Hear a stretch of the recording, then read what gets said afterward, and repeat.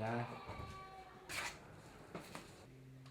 El ayuntamiento y los procesos que en el ayuntamiento se manejan son procesos que son muy abiertos a la defensa del interesado, porque todo el tiempo están dando como más oportunidades y más oportunidades de que la persona a quien se le está llevando el expediente o el bar en concreto, pues se le conceda el tiempo necesario para que cumpla los requerimientos o presente las explicaciones a que haya lugar.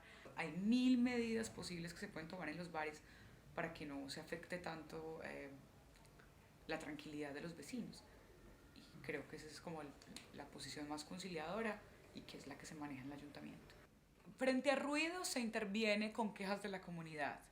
Y a pesar de que en la calle las quejas son muy usuales, o sea, tú escuchas a la gente quejarse, pero en el ayuntamiento como tal no son masivas las quejas por ruido. Que Barcelona está muy organizado en el tema de licencias y de regulación de actividades. El cumplimiento de las normas es tan alto en prácticamente todos los niveles que los ayuntamientos se quedan cortos. Al ayuntamiento solo le queda responder frente a quejas precisas. Con las leyes siempre habría forma de regular más y más y más, pero en mi opinión ya hay una muy buena regulación en materia de ruido.